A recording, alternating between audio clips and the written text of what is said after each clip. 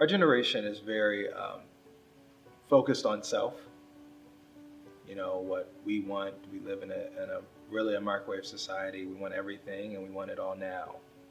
And what's interesting when you look at the civil rights movement, or you look at folks that really fought for our freedoms, they did it with the idea that they might not ever see the benefits of that.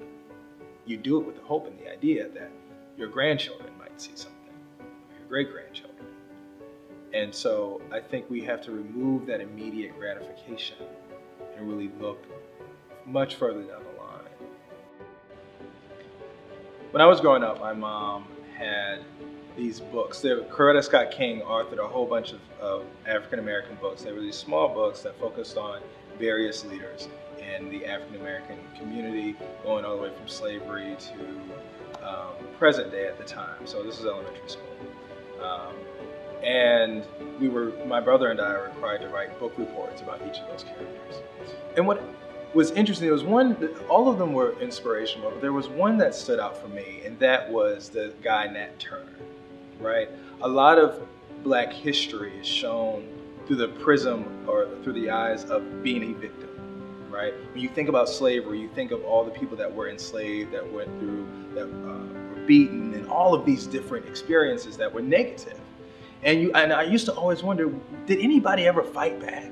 Did anyone ever say, you know what? No, I'm not going to take this. And Nat Turner was one of those people.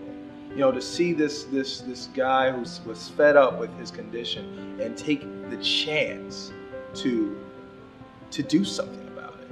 And he led a slave revolt. He led a rebellion. He organized over 100 men, and became this massive army.